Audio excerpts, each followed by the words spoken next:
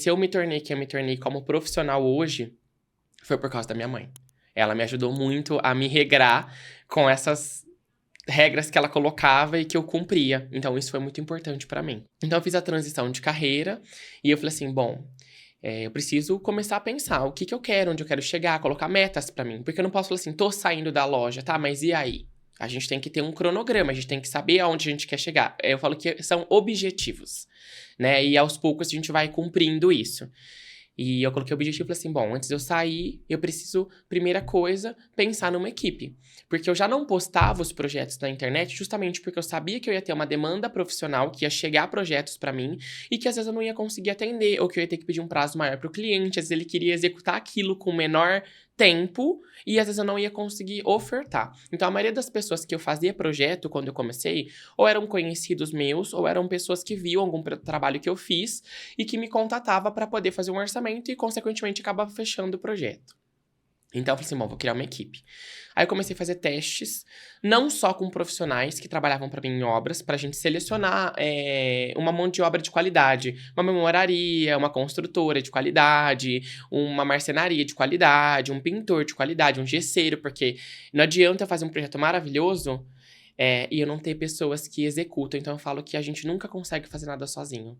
A gente sempre tem pessoas envolvidas. E a qualidade é muito importante para que o projeto saia do papel com muita exatidão e o máximo perfeito possível. Então, a equipe é muito importante. Eu falo que o Felipe Oliveira sem uma equipe, não só de profissionais, mas as pessoas que trabalham para mim hoje, eu não seria ninguém.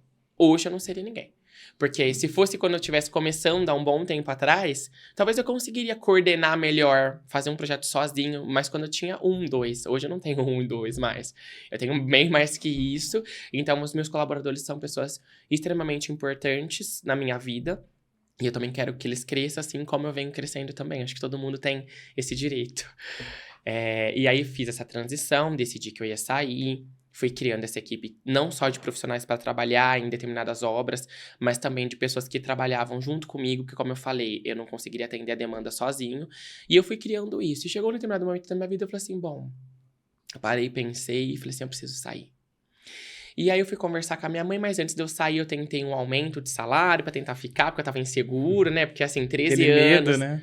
13 anos num lugar. Por mais que fosse da minha família, a gente tem uma segurança financeira, a gente tem um salário, a gente tem aquilo, né? Quando a gente sai pra ser empreendedor, a visão é outra. Mas eu já tinha uma visão do que era ser empreendedor, porque eu sempre participei muito das reuniões dos meus pais, sempre estive presente com eles, então eu tinha uma noção do que era ser empreendedor. Assim, bom, mas eu preciso fazer isso. Aí eu fui tentar, acho que isso, assim, me emociona muito porque me marcou demais. Eu falei assim, mãe, eu preciso... Vamos tentar um aumento e tal, não sei o que. Ela falou assim, Felipe, eu não posso te dar. Ela falou assim, eu não posso te dar porque você é um diamante na arquitetura.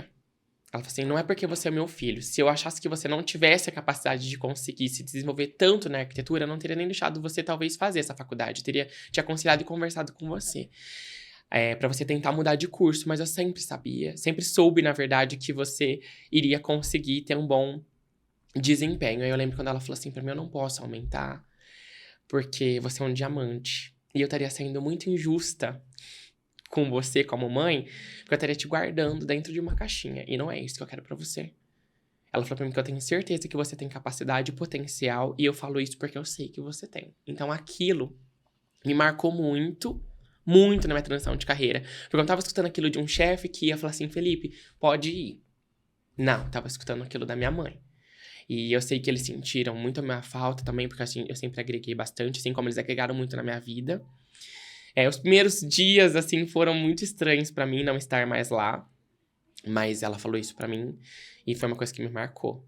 Eu falei assim, bom, se a minha mãe tá falando isso pra mim, é porque realmente eu tenho que tentar. Eu quero falar pra vocês que se eu fui capaz de estar aqui hoje, todo mundo é capaz.